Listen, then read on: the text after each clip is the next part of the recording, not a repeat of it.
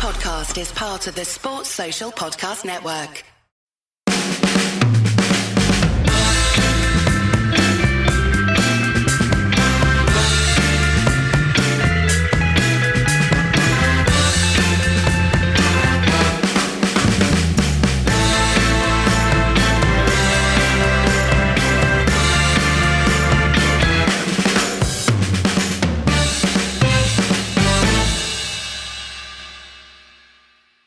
Ed, José Mourinho got his The Clash on. He got his Kurt Cobain on and steady on. He didn't blow his own head off. He smashed up some bottles like a rock star smashing his guitar at the end of a perfect set because he brought the crowd to a uncontrollable furore of joy. Steady on. Absolutely dreadful 180 minutes of football from United, and this week, yeah, I know. We were just talking before we turned on what we would actually talk about in these two games that we have to talk about this week. So Marouane Fellaini has literally just scored that goal. Gary Lineker on BT Sport asked Paul Scholes, "Do you think that's papering over the cracks a little?" And Paul Scholes very quickly said, "Yes, I thought United were awful," which I'm glad it's not just me. Honestly, awful. What can we say about that? Should we do this chronologically? Should we try and say something about the Palace game apart from? Yeah. United were awful. Yeah. The interesting thing about these games is, I predicted, I don't know if we did predictions at the end of the last show, but I definitely would have predicted 2 comfortable wins in these games. But it feels like it's time to stop predicting comfortable wins in these games because our level of quality and performance has been so low this season. I mean, we were really good against Everton and we've put together like a couple of decent halves of football elsewhere. But the overall standard has been, it's been despicable. Abysmal. We were a minute away this evening from recording 3 complete shutouts in 3 Champions League games at home at Old Trafford. We're a minute away from recording our 7th no-scoring home game of the season. Yeah, as somebody said on Instagram, picture José Mourinho holding up his 3 fingers with the caption, "How many games have we won at home this season, Jose?" I mean, it's just dreadful. Now. It's Van Gaal-esque dreadful. So, coming to the Palace game, we talk about XG a lot on this show and, some of it tongue-in-cheek, and it's a reference point. United's XG was 1.34, Palace's 1.28. Palace had more shots than United in this game, which says something about Palace's approach to the game. And United's high XG, it was only that high because 0.8 of it came from 2 chances from Anthony Martial and Chris Smalling. I mean, that's how bad that game was. Persistent Dreadful. Goal threat, Chris Smalling. I thought Zaha was really on it in that game for a decent stretch of time. I don't think quite what he was trying really seemed to come off that often from what I saw. I didn't watch the whole of the game. I think that's fair, and that has been the thing that has dogged Zaha throughout his career, I guess. I mean, more of it comes off than when he was younger. And what he does now is move the ball quicker than when he was at United. I mean, he still doesn't move it super quick because he's very good in possession, I guess, and he likes to use those abilities.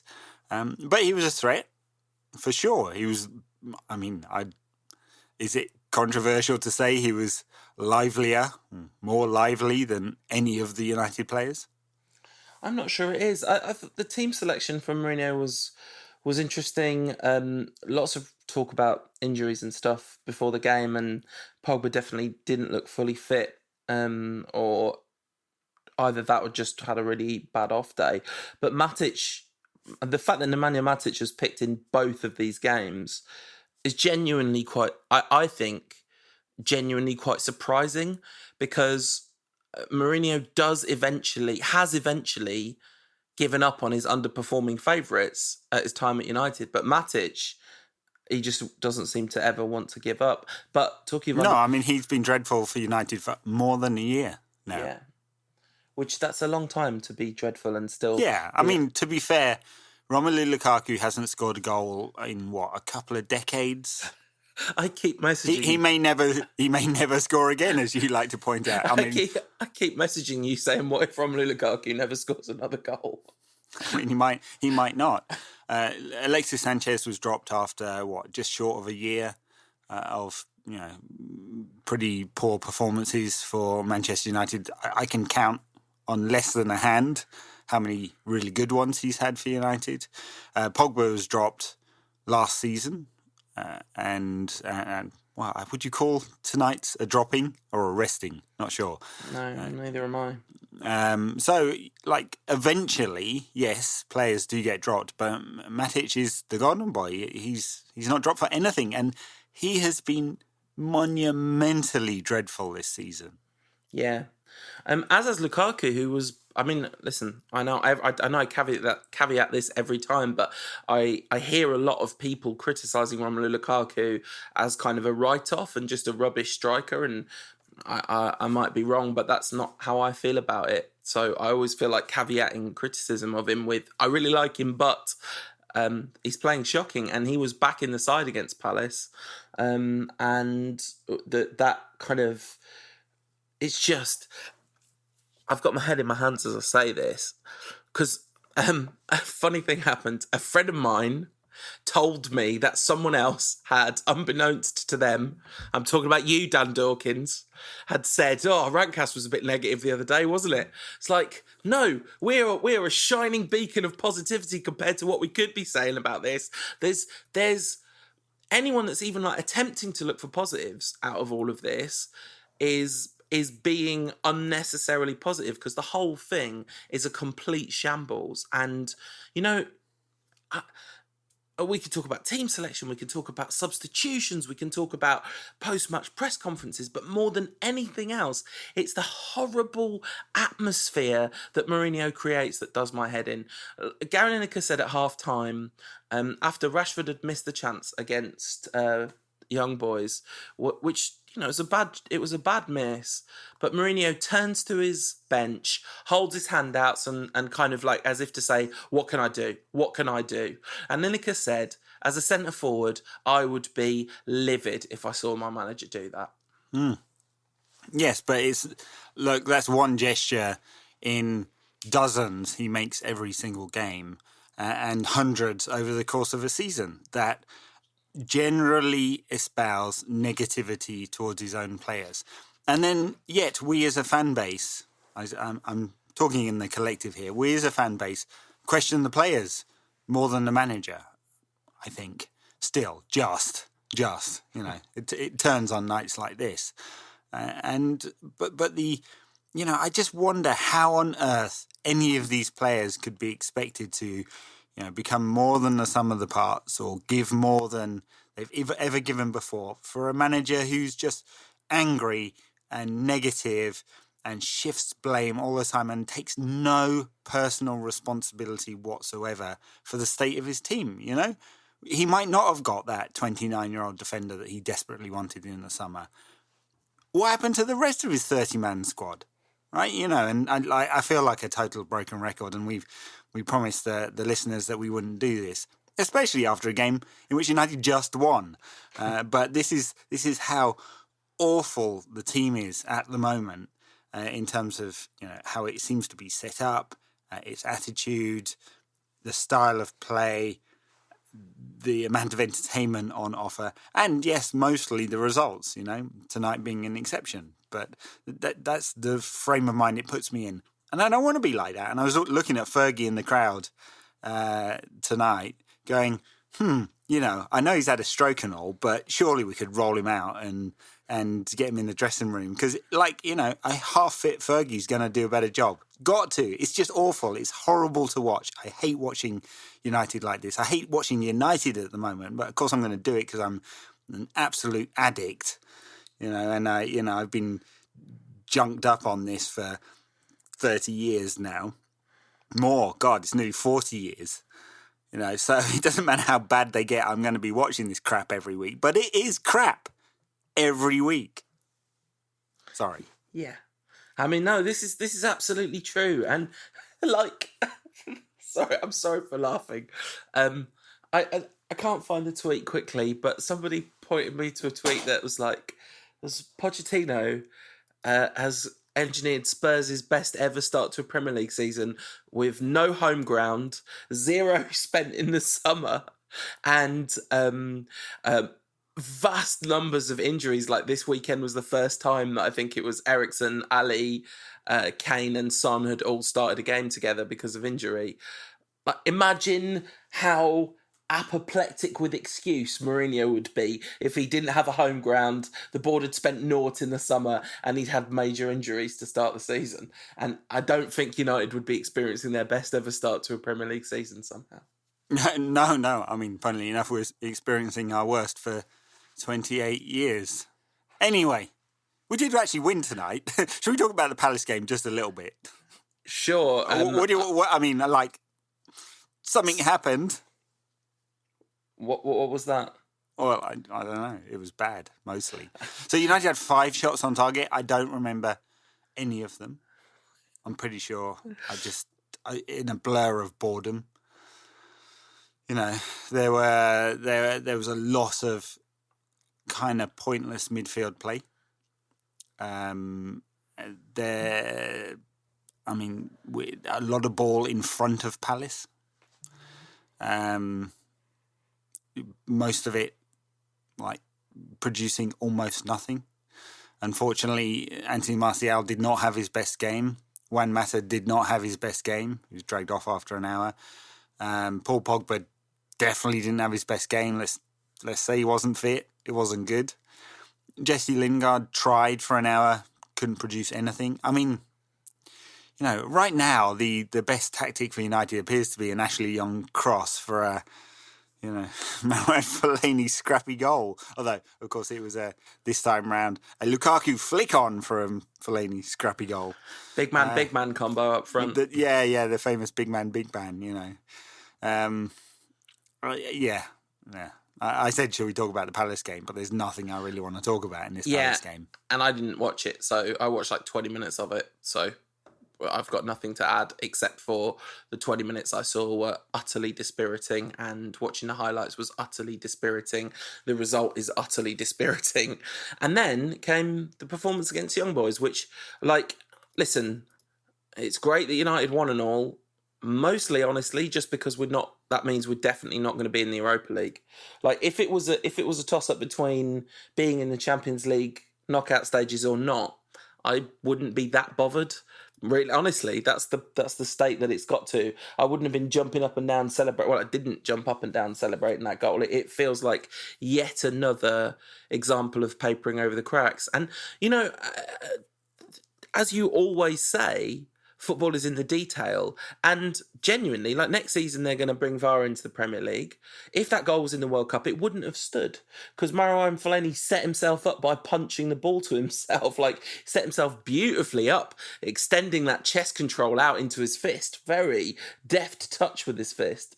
And a fine finish. But the one thing I wanted to say was, I thought Mourinho's substitutions in that game were horrible. Lingard was genuinely one of the few bright sparks, and when he decided to bring on the big guns, bring on Pogba and Lukaku, it was creative attacking players that were sacrificed rather than the clodhoppers who were guffing up the place. Obviously, one of them scored the winner, so no. Talking of VAR, actually, just to briefly go back to the Palace game, Palace scored and it was chalked off. It was probably offside, but the majority of the offside bit was his arm. And in the end, I'm not sure he actually touched it. Lindelof nodded it into his own head, own net, injuring himself in the process, Didn't he knock it off his own shoulder a little bit, Lindelof? Off the Palace guy's shoulder? Yeah, maybe, but he touched it first. Yeah. Yeah, it's... I should know the exact ruling on phase of play. But in the first phase, where Lindelof touches it, he can't be offside. Yeah, so, that's true. Anyway, so I wonder whether with VAR that would have been actually correctly ruled a goal. But anyway, it's a minor point. It's a minor point. Back to tonight. Yes, VAR might have gone the other way. I don't know. You just don't need VAR to analyse this performance, though. It was shocking. It was just awful. Scholes is right, and he's not being overly negative. United did a lot of stuff on the ball and actually had a lot of shots, most of them going very wide. Rashford probably culpable for 2/3 of those. Yeah. But it didn't feel like a game in which United were vastly superior and the goal was inevitable. You know, young boys were prepared to defend. After all, this is a team that is going to finish the group bottom, almost certainly was going to finish the group bottom anyway. And have a not very good record in Europe, even though they're miles and miles ahead in domestic football. I think it's okay for them to set up parking the bus a little bit against Manchester United at Old Trafford with our storied European record, at least what was once a storied European record. You know, it might not be okay when United do that at home to Crystal Palace. I'm jesting just a little bit. But, you know, what else were we going to expect? And I think in the end we've got to offer more than we did against young boys. I don't know what the XG is on that one, but I don't think it'll be that high, even with 20 shots. No, I mean, I guess the biggest chance would have been Rashford's, but that was a long way out. Yeah, the chip, he's just got a bit too much on it. It's come off the turf higher than he thought it was, but he's had other good chances. He sliced one wide from wide, but 12 yards.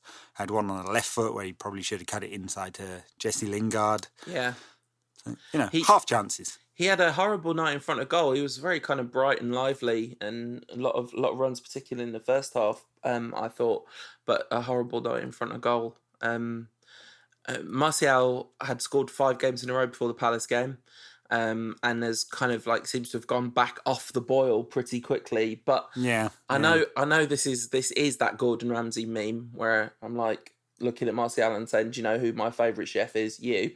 But it is understandable when so often United attackers, when they've got the ball in space, there's no one from their own team within, the only time that there's a lot of United players in an attacking phase of play is when the opposition passes the bus, when there's hardly any room.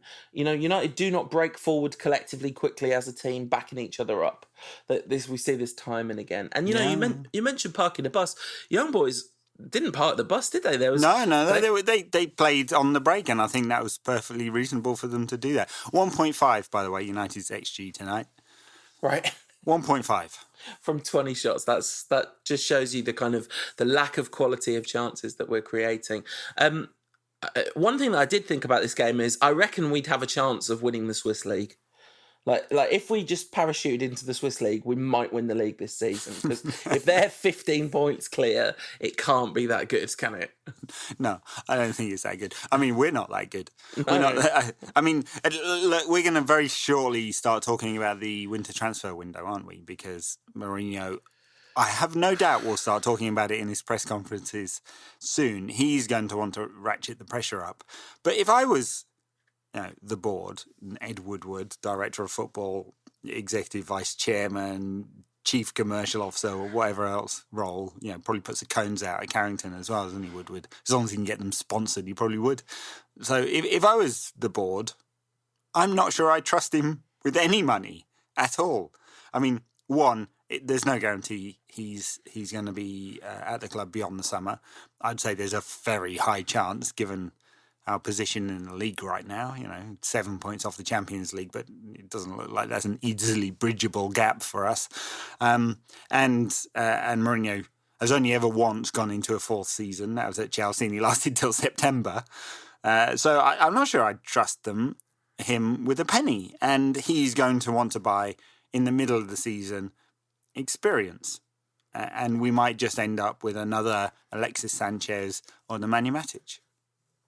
Yeah. Anyway, sorry, No. ranting completely off topic. I couldn't agree more. David De Gea made an amazing save in the 69th minute. Yeah, well, it won't be his last amazing save before he joins Juventus or Paris Saint-Germain this summer. Yeah. He's not having the best season, but that was kind of like electric Dave back to his mega best, wasn't it? Well, honestly, I wouldn't be that surprised if his focus hasn't gone just a little bit. He's got to be thinking. Yeah. He's been at the club since he was 19 years old, and it's never been a particularly good team, ever, in that time. Yeah, well, no, I lie. It was a good team until Fergie left. Then it wasn't a good team. And, he has sacrificed 5 years to this club, the last 5 years to this club, when, there's always been a promise that it might be getting better, and it hasn't really. Couple of the cup trophies under Mourinho and second last season, although it was second best of a bad bunch of chasers, and he will in a couple of years be in his 30s, and he's got to be thinking, well, I'm the best keeper in the world, or one of them. Shouldn't I be playing at one of the best clubs in the world? Yeah, Van Gaal won the FA Cup too. Remember how nice that was when Van Gaal won it? I was pleased for him when he got sacked halfway up the stairs. But yeah, if I was David De Gea, I would leave Man United 100%. This is the time to do it. One of your old friends at Bleacher Report got in touch today and said, "Hey, can you provide me a couple of paras of thoughts?" And my thought was, this is totally different to the time when a broken fax machine stopped Real Madrid buying him. Then he was desperate to go home. He was in the final year of his contract. It just about made sense for all parties. I mean, it didn't make sense for United, but sort of, Now, this would be a complete commentary on United's status in the game. Can pay the biggest wages, no problem, but can't provide the best team. Yeah. I was going to say something mean about Bleacher Report then, but I shan't, because maybe the person that got in touch with you was a nice person, but don't be giving paragraphs to the people that sacked me, Ed. That person... Were you halfway up the stairs at Bleacher Report Towers when they fired you? Exactly, that and person... kicked you down the stairs and then kicked you down every rung as well? That person that you wrote for free is literally walking on my grave. He is, yeah. Then they took all of your listicles. Yeah. And they pissed on them. Unbelievable. I've heard it. It must be true. I've heard it on the grapevine. Yeah. That whole De Gea situation is... I completely agree that it would make sense if his focus has slightly gone, and obviously when you're operating at that level, just in terms of the neuroscience of it, I'm sure that it doesn't take much to turn those kind of superhuman reactions into something slightly more ordinary. But he was in superhuman mode again tonight, and a huge part of the reason why United went on to win that match, and we don't have to suffer the ignominy of the Europa League. Instead, we are going to get beaten in the round of 16 by almost anyone we get drawn against. So who would you like to get drawn against? I don't care. This is the thing that hurts the most. Once again, we're back in a holding pattern where all I'm doing is waiting for the manager to get sacked so I can enjoy them and potentially enjoy United again. That happened with Moyes. It was all very fresh and there was all that novelty.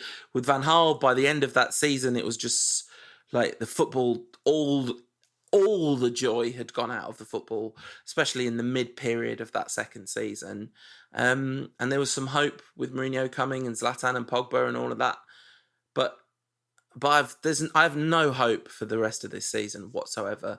The idea that anything that happens from now on is going to be some sort of turning point when all that happens is the wheel goes round and round and we have the same cycle and Mourinho chops and changes his team with reckless abandon and we're rubbish performance after rubbish performance and sometimes we happen to win.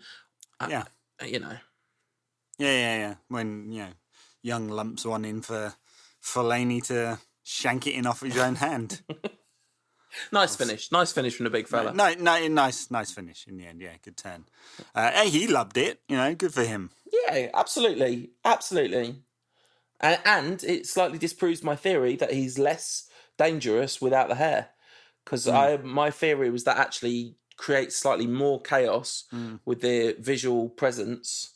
I don't think it's like that. It's not like United in their grey shirts or something like that. 90s references. And one thing I'd say about Fellaini is the thing, like we always say about him, everything other than him in the box, either off a free kick or a corner or some ball lumped in there, and the chaos he causes is chaos for us. Because there's no discipline to his positional sense. He's not a defender. He's not an attacker. He's not a passer. He's not a creator. It's 5 years at United, he's still a strange player. 10 years in England, he's still a strange player. Yeah, very useful. Very, very useful to have around. And Fellaini's a symptom. The fact that Fellaini scores so many goals for United, last-minute winners, is like it's great. But you're right, it's a symptom. It's a symptom of United's chaotic transfer policy. This was the first one of the post-Fergie era, wasn't it? Or the first big one, anyway. No, yeah, first one. Well, there's Guillermo Varela, I think. Mm-hmm. And Wilfried Zaha was, I don't know, is that post-Fergie or Fergie or transitional Fergie? That was done in Fergie. That was his last signing. Which Fergie time signing from Fergie. Yeah. Because Viv Anderson was his joint first signing and he wanted his signings to be from A to Z. Yeah. So, just symptomatic of United's transfer policy, which is, we talked about De Gea. Now, what a monumental disaster this is going to be when Ed Woodward tries to recruit a goalkeeper, and symptomatic of United on the pitch, where it's Fellaini is a desperate plan B, sometimes a desperate plan A. Yeah, I mean he played up front loads today. I have no idea what formation we were playing today. Oh, I mean, it was sort of a 4-3-3 until the last half an hour when it was a just Hail Mary, we're desperate. Mourinho knows that we could go to Valencia in the last game and get beaten and go out, or, end up in the Europa League. So we have to win to ensure that it doesn't happen. And, it's a great win because it means that we haven't got a really difficult, potentially tricky European away game just before Liverpool away. So, great. Who cares? Talking of who cares, got any Twitter questions?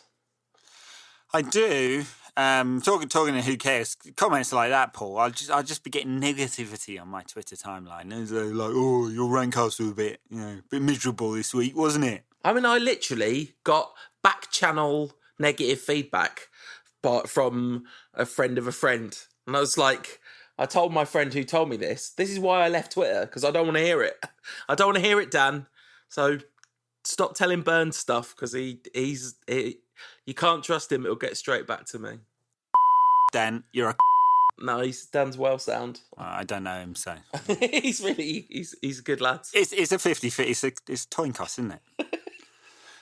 Sam Flint at Flintshit _ says, psychology question for Paul. Can you recommend any drugs to make watching United enjoyable in the slightest? Illegal, experimental, anything. I'm not bothered at this point. I feel like when we were both like 17, 18, we wouldn't have never expected you to be the person that would be like a more useful reference point on that question. But it's funny how life goes, isn't it? I don't do any drugs, Paul. I am high on life, protein shakes, and going to the gym. That's true, actually, isn't it? We have both turned into very clean living grown-ups. Old men. Yeah. We got some abuse on email saying, you two sound like middle-aged Republicans. What?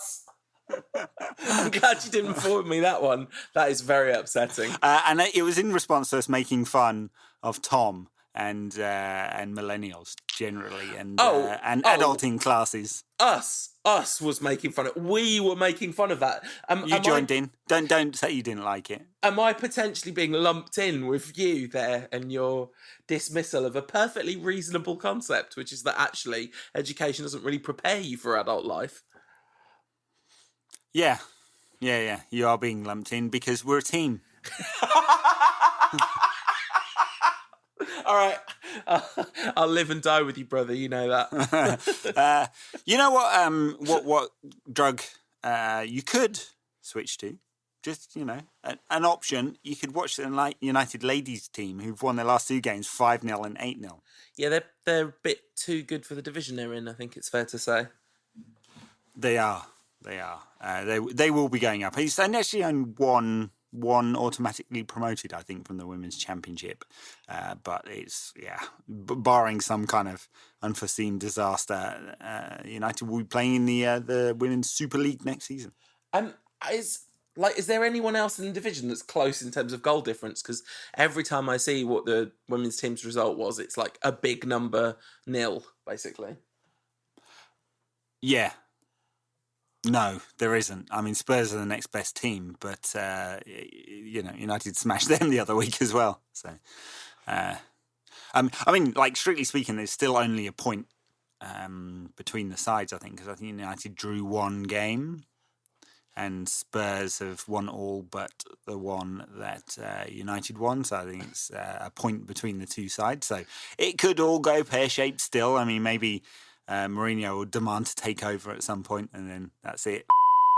On second captains, in reference to Manchester City's dominance of the Premier League, they sort of said, Ken Early said, the thing about it is, the points column, there's a kind of maximum number that can be at, but the goals for and against column kind of tells the story of the season a little bit more accurately than the points difference. And Man United ladies have scored 40. Man United women have scored 40 goals and conceded 1 goals. That's pretty good, isn't it? It was, yeah. I think that 1 goal was against Spurs, actually. Right. 4-1 win. There's some entertainment there. Free drugs. And don't do drugs, kids. Become famous podcasters, and they I that one up. Anyway, let's move on. I got what you were going with the don't buy drugs, weren't you? Yeah. I'm too old and don't do enough drugs to get that right anymore. Joey Mangini at Joey M_UX, friend of the show, says, I missed Saturday's game and didn't mind it all that much. Does the recent era of United football make you feel the same way at times?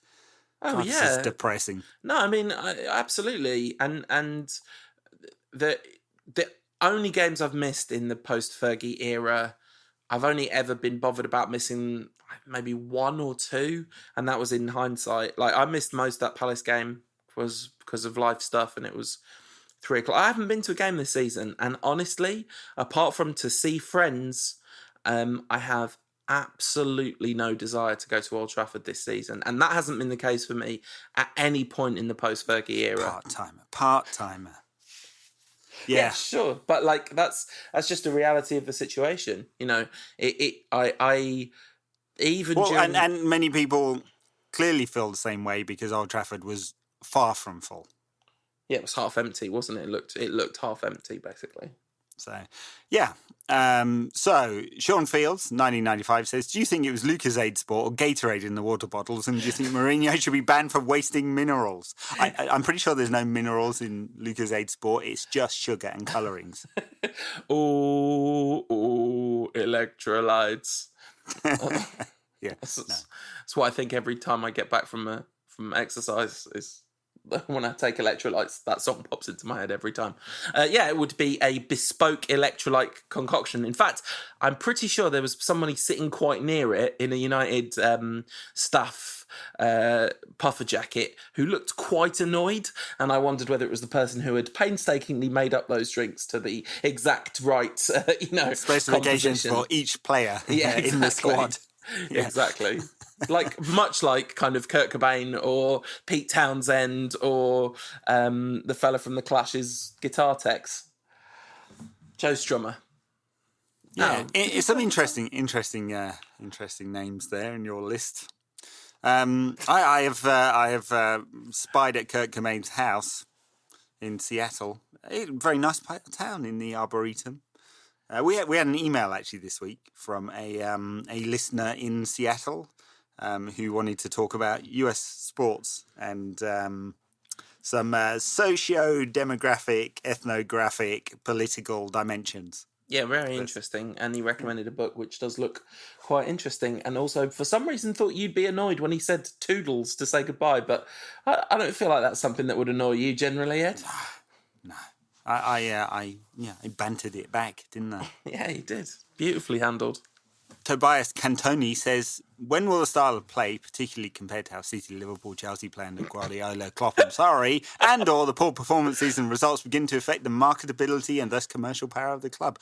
I'm sad to say, Tobias, that performances on the pitch have no material differences on what the club can do off it. Quote, unquote, Woodward, circa 2015.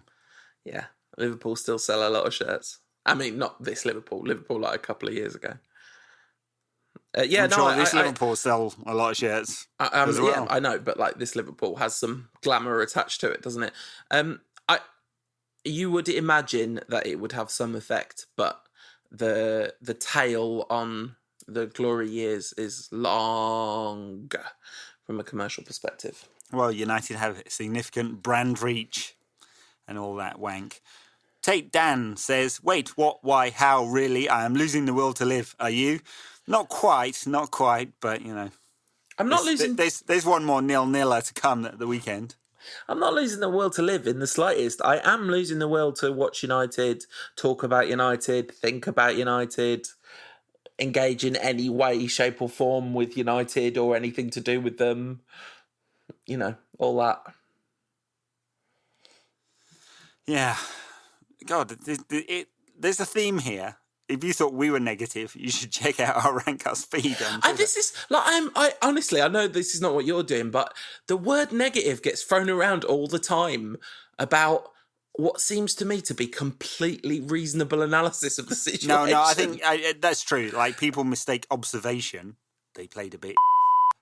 Or you're hating on the club, and you're not allowed to do that because it's our tribe. So yeah. I never bought that theory, but then again, many people do, and I guess we have to respect that for fear of being threatened with, you know, whatever.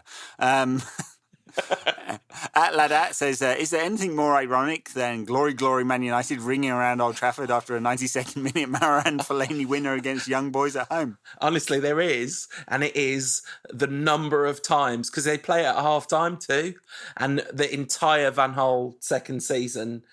Glory, glory, Man United kicking in at half-time. Literally every time would just make me laugh. I just remember... Someone said this on Twitter, and I forget who, said, is there anything more symptomatic of Jose Mourinho's United than the 91st minute Fellaini winner? No, there really isn't.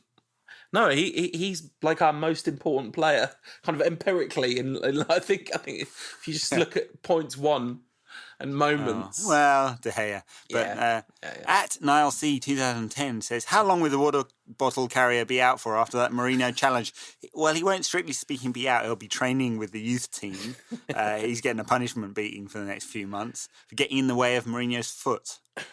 No, but it wasn't a foot, was it? He picked it up, swung it and smashed it. Like that's true. It was real. It was real London's Calling stuff. Notorious Dev says, are we being haunted by Van Gaal? No, it's beginning to get worse than that. No, it's not. It isn't. It isn't worse than that.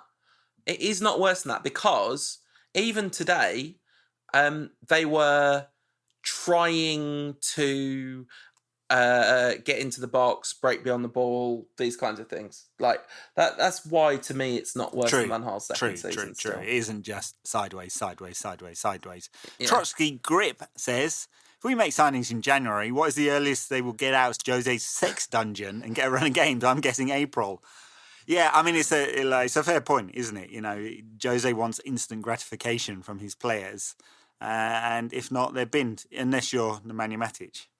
I mean, I do not know how anyone can look at the fact that January's coming up and be like, January's coming up, might bring in a couple of players and make a huge difference. Nothing whatsoever about, unless we sign miraculously 30 against Zlatan Ibrahimovic to kind of coalesce the dressing room, as clearly he had a massive role in doing.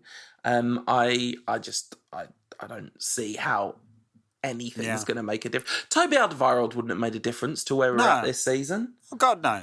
No, he's not going to make any difference how United are playing right now. Actually, in Alderweireld's absence, Victor Lindelof has come on. I was going to say leaps and bounds, but he's come on. Yeah, and by the way, okay, here's another excuse for Mourinho bashing. The whole thing with Victor Lindelof at the end of the Palace game absolutely did my fruit. Like, what kind of manness is there when it's like, get off the pitch. No, that's right. I mean, but Mourinho has called out Shaw, Fellaini. Didn't he make Lukaku play when he was injured? There's been a bunch of players. I mean, he has this kind of, I am the mob boss, therefore you will, bend to my will thing about injuries. It's sorry, this is going to sound like a cliche, but it doesn't half make Jose look like a dinosaur. We've got a squad of 30 players. Why do that? It's not praiseworthy. You're a £30 million asset, and quite possibly he's going to be out for more games as a result of playing on. Yeah. Anyway. And it was a slightly difficult situation because all substitutions had been made, but it was very late in the game, and it was clear he was in massive discomfort. So at least at least do the if you're not going to pull him off the pitch, which is probably what should have happened. Yeah. If you're not going to do that, put him on the edge of the box. He doesn't run anywhere, and he just causes a nuisance or something like that. He was actually having to defend. Yeah, and you could see that he couldn't move at all. So yeah, maddening. Yet more evidence of Mourinho, the culture of Mourinho, and how horrible and ugly it is. Yeah. There's a bunch of questions in the same theme. Richard Crabb says, is it over yet? Dan Hyman says, at what point you just rerun the last pod until Moo goes? Nothing changes. Honestly, nothing changes is the fun bit. Is that in the pod or with the team or both? This is the thing. Very rarely have I not enjoyed recording this podcast. This is episode 370 something, 380 something. I don't know. We've done a lot of these, and I've enjoyed almost every single one of them. But tonight, and to be honest, I'm having a pretty good time. It turns out actually it's quite fun. But going into it tonight, I was just like, I don't want to do it. I don't want to talk about these two games in any depth, say all the same stuff about how fed up we are with Mourinho, know that there's tons of people out there fuming at the negativity in inverted commas, but I guess there are also a lot of people out there relieved that they're not the only people thinking these thoughts, because no, that's right. Special K _2311 says, if Moyes was McGuinness, LVG Sexton, then who's Jose, Tommy Dock or Big Ron? I think that's right. Both Tommy Dock and Big Ron wanted to play attacking, expansive football. Yeah, Moyes is... Unless you're saying Mourinho's having an affair with the club nurse. Moyes is McGuinness. That's fair enough, because that's the direct comparison. And did he say Van Gaal is Sexton? Yeah. Yeah, that's absolutely accurate. Yeah, there is no... Mourinho is Moyes. Moo _CW says, if you had to choose Brexit or Mourinho for another 5 years, well, Brexit is going to cause hundreds of billions of pounds worth of damage to the UK economy over the next 10 to 15 years. And that equates to poorer living standards, more people in poverty, a fundamental change to Britain's place in the world economy, people without jobs, livelihoods ruined. So obviously, Mourinho for another 5 years. Yeah. Yes. Srikanth Nimmer says, what's the point of it all, Ed? Do human beings... Oh, dear. Srikanth Nimmer says, what's the point of it all, Ed? Do human beings actually need to exist? I mean, I like how he's not just calling his own life into question as a result of this, but he's calling all of humanity, and maybe life itself into question. What's brilliant about this is these questions are coming about after United have won a game with a last-minute winner. So this week, NASA, this week over, and several years previously, NASA shot a rocket off the Earth, sent it 4 billion miles to Mars, landed it on a spinning globe that has hardly any atmosphere and spins at 250 miles a second, and managed to actually do that, I'd put one of those in charge of United because it couldn't get any worse. Yeah. Then there'd be something to live for. Plus, we might get to see some rockets at Old Trafford, and that'd be cool. Neil Custis wrote a column suggesting that Mourinho should employ Roy Keane for 1 hour because he's out of work now. Put him in charge. Just like give him an hour in the dressing room with the team. I think Neil Custis is an idiot. I'd like to see Roy Keane in the press box for an hour. That'd be fun as well. I was walking around. I was like walking around the park earlier today, and genuinely in my head, fantasizing about if I was still in the press box, would I say when he said yet another excuse? I was like, have you ever considered that you might be contributing to any of this? Yeah. Anyway. All right, I'm going to read out a bunch of questions. I'll just read through the questions. When Mourinho eventually becomes an international manager, do you think he'll try and get the government to invade another just so he has more players to choose from? And then cry that they invaded the wrong country, then leave them in a literal war zone? Yeah, possibly. Who's that? Malan_Connor. That's Wasim Village. Sorry for ruining your name there, Wasim. When should Christmas songs start? Heard a rendition of 12 Cantonades tonight. November's too early. Well, we had Feed the Scousers, which you objected to, I note, on the WhatsApp group. That's your right song, isn't it? Hold My Twinkie says, does this mean that Matic and Fellaini are guaranteed starters for the season? Yes. _Tommy A says, who's going to hang on to the job longest? Mourinho, Theresa May. Jack Johnson says, how much worse is it going to get when De Gea leaves in the summer? AJ and says, how does Paul feel about that goal? How do you feel about that goal, Paul? Mixed. And Dave Saves, match of the Dan, says, please can he go now? I'm just still... Could you just, for my entertainment, please read me that first question again? It's Malan_Connor says, when Mourinho eventually becomes an international manager, do you think he'll try and get the government to invade another just so he has more players to choose from and then cry they invaded the wrong country then leave them in a literal war zone? That is definitely my favourite question we've ever been asked. Oh God, sorry. That MASH guy says, what does football management involve on a day-to-day basis? How does a manager imprint a style? Well, given that, who did we use as a template for this one? Roberto Martinez managed to do it within about 3 weeks at Everton. I don't think it's that hard. I think there are things that are probably much harder to do in football management. I am not talking from any position of expertise here. I'm just making it up, but it seems like it. It's interesting. First of all, hi Mash, definite friend of the show. Mash was at the London meetup. We kind of need to do one of those again, by the way. Yeah, we do. I miss everyone. Anyway, the Ryan Giggs documentary was really interesting. The documentary made by the same people that made the Class of '92 film, which followed him around and was just actually documenting his last season, and then basically became about the fact that he became United manager at the end of it. And it was really interesting. I think it's a bit like being a film director in that one of the things that you do is answer loads of questions. Loads of people have questions for you and you answer them, which is mostly what a film director does. Miller High Life API says, is Fellaini better than Cantona? He might be at this stage. Errol Diran K, as Errol 22D, says, simple question, when will the pain stop? I don't know, when you get off, I think. Comedic _ Hermit says, how many puppies need to be kicked for Mourinho to smile? Sorry, I shouldn't laugh at that one.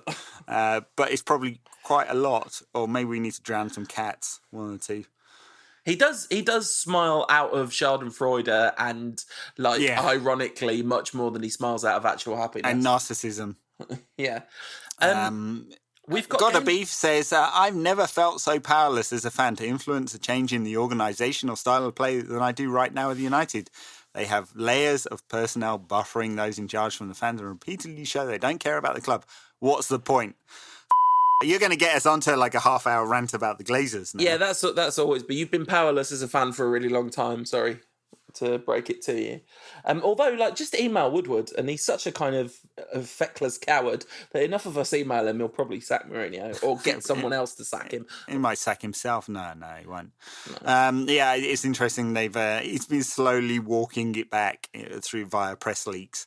The idea of United appointing a director of football after I think he realised that he might have to sack himself as director of football. I'm going to leave the final question to Chris. I'm sorry we didn't get to everyone's questions. Chris Etchingham, 77, our token Scouser, friend of the show. Do you think Mourinho actually enjoys being Manchester United manager on a day-to-day basis? Nah, no way. There's no way he can be enjoying this. He hates it, doesn't he? He hates it. He's almost. I mean, at one stage he was willing the club to sack him, wasn't he? I mean, West Ham away, willing the club to sack him. The really odd thing was that he doesn't like Bournemouth away on the first day. He looked so happy, and he looked really like he was wearing a suit and sneakers. Hair and facial hair looked absolutely on point. He was buzzing with charisma and came out of the tunnel a little while before the game, signed loads of autographs for kids, Bournemouth fans or ball boys and girls and stuff, and just looked so happy and buzzing. And that lasted 2 weeks. Like it's been almost the entirety of his United tenure. The only time he looked really happy was he lost it after we won the Europa League, didn't he, with his son? And that was it. And the rest of it has been just relentlessly miserable. And it'd be very interesting to know why that was. I would be very interested to know what it was that was making that happen. What, him being happy after a game? No, like why has he enjoyed it so little? Because I do think that is slightly surprising. Because he did always look, I mean, not in the last season, but he kind of looked like he was having fun at Chelsea in his last run, didn't he? Well, until the last 4 or 5 months, I suppose. Yeah, obviously. He absolutely lost it. I mean, I think, look, there's been a complete change in the Mourinho psyche. If you think about when he first came into the English game, he was off the wall arrogant, and it was funny, but he was also charming, and he had the press at his fingertips all the time because of his personality, and players would run through walls for him. He went away to Inter, he won against the odds, went to Real Madrid, and the politics destroyed him, didn't they? And he's gone back to Chelsea, not the job he wanted, because he wanted a job at United, despite what he says. And it was a miserable time for him, and the players turned against him, and they turned against him for on-the-pitch reasons, not politics. The first time it had happened to him in his career, I guess. And he was kind of, second choice Steve coming to United, second time around. And I just don't think he's got over those two really bitter experiences at Real Madrid and Chelsea the second time round. And now at United. And talking of bitter experiences at United, we've got football games to look forward to. Hooray! Oh, joy. Well, at least it's not a home game. Away at Southampton. I think we might win that game. Has Mark Hughes been sacked yet? They lost to Fulham, didn't they? I don't think so, no. I mean, you say that like it's not surely immediately imminent. Mark Hughes fears sack before crucial Christmas fixtures. Southampton news: Saints chief wants to replace Mark Hughes with club blah blah blah. So yeah, club what? Club mascot? Probably. Might as well. I mean, they drew at Leicester, they lost to Fulham, they drew Watford, they got spanked at City, drew with Newcastle, they drew Southampton, Bournemouth. They got spanked against Chelsea in the League Cup. Well, maybe not. I don't know, that's Premier League. So, yeah, not having a good season of it. No, they are absolutely dire. Can't score goals, can't keep clean sheets. Like, really, really, really, really bad. And Mark Hughes' record overall at Southampton is absolutely atrocious. Like, he's won so few games as Southampton manager. It's yeah. I mean, they were very close to getting relegated last season. It's a shame because he might become the first manager ever to relegate two clubs in the same season.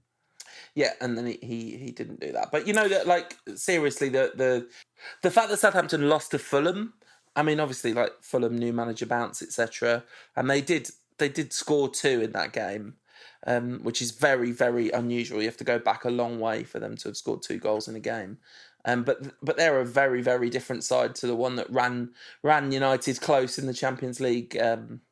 In the Champions League final? No, the League Cup final a couple of years ago. Oh, imagine the day Southampton made the Champions League final. Well, look, I mean, it's clearly a game United must. I mean, they're all must win games now because of where United are in the league, but should win. But look, it's like a really busy December. There's 8 games in December we're going to be playing.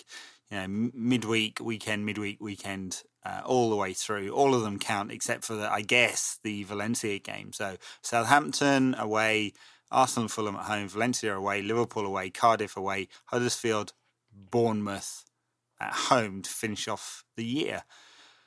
It's pretty busy.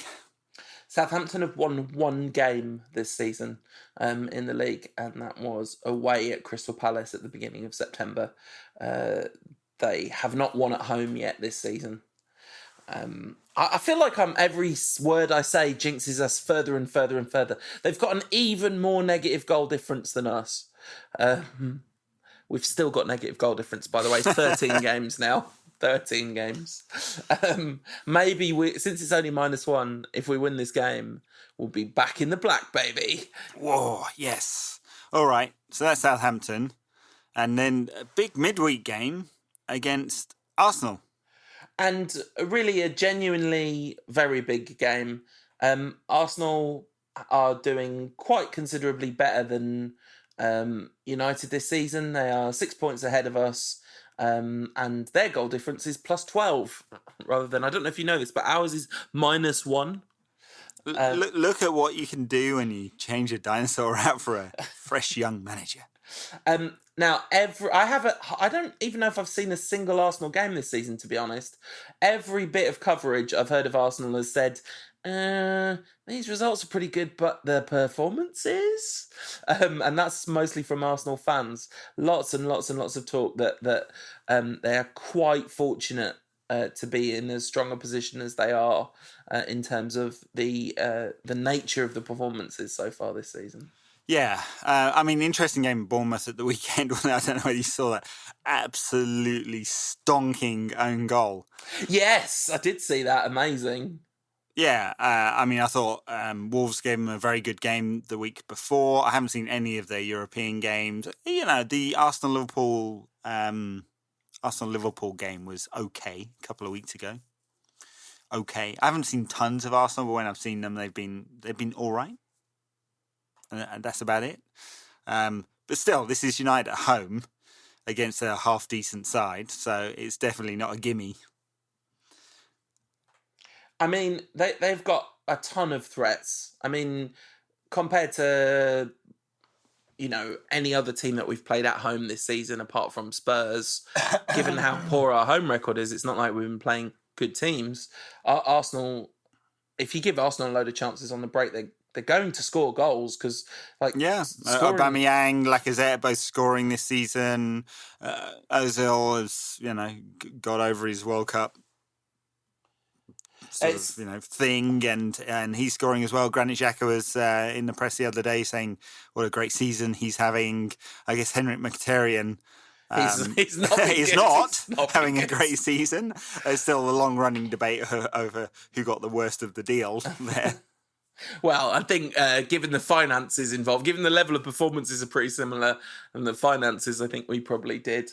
But, I mentioned that Arsenal's performances have flattered to deceive, apparently. Like I say, this is second-hand reporting, but out of every team in the top 6, the difference between their XG and the number of goal scores is by far the biggest. So City have scored 2.5 goals more than their XG across the total of the season.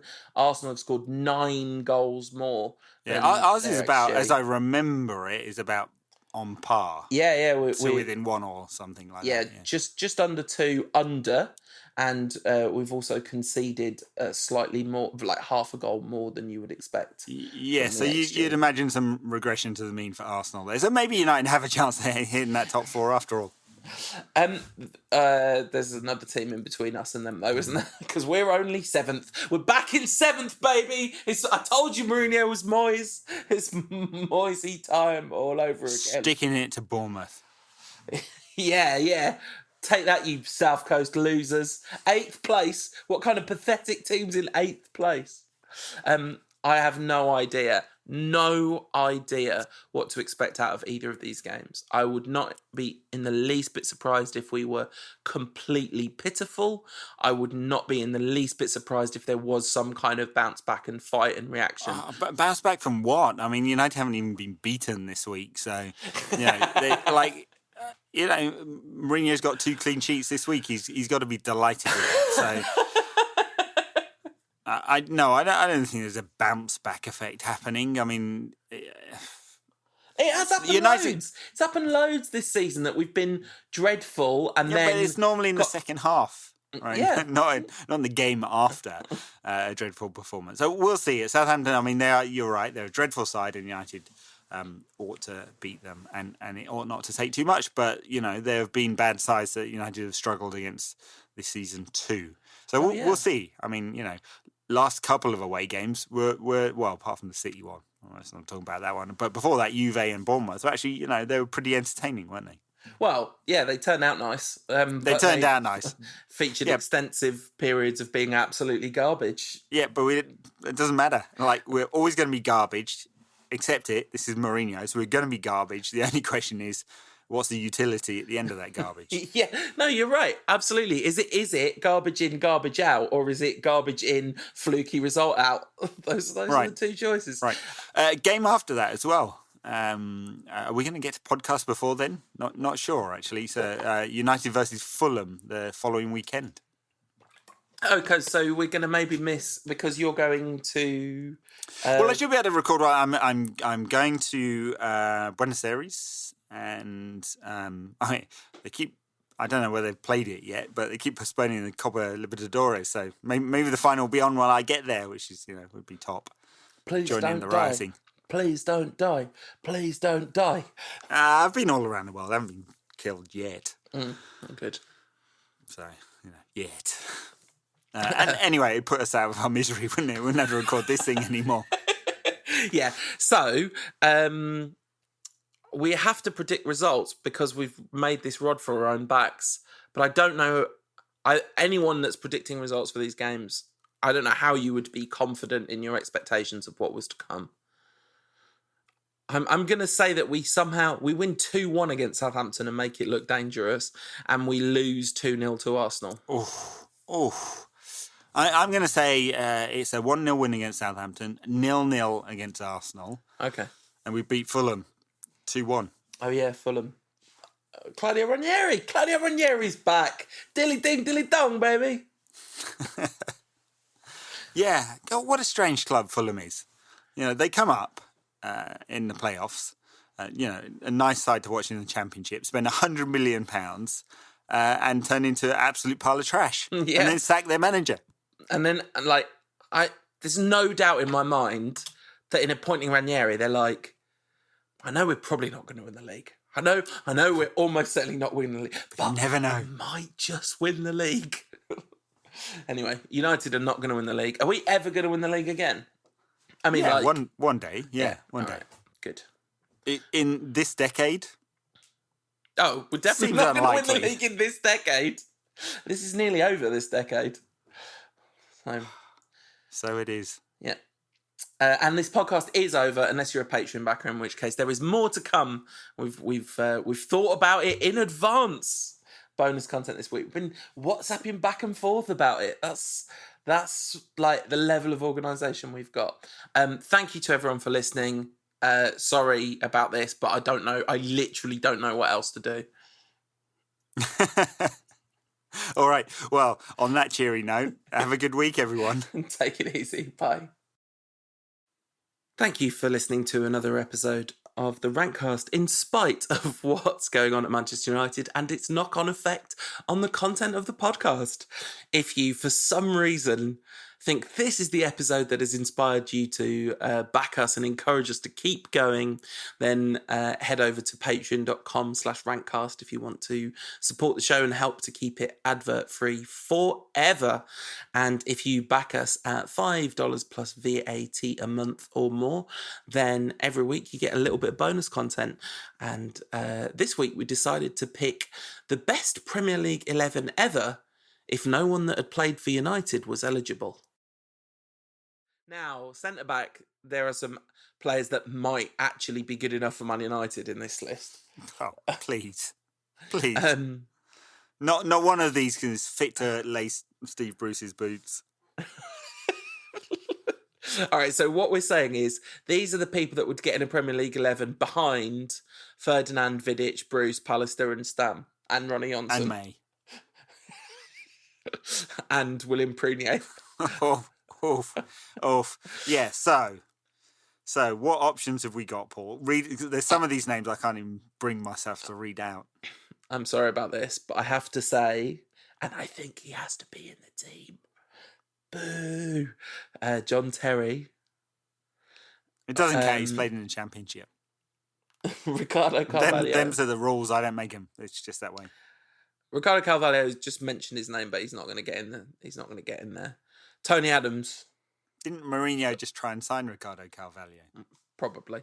That's not a reason to think he's good.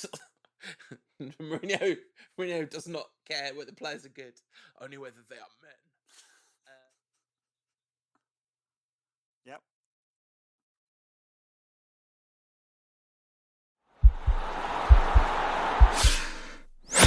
This podcast is part of the Sports Social Podcast Network.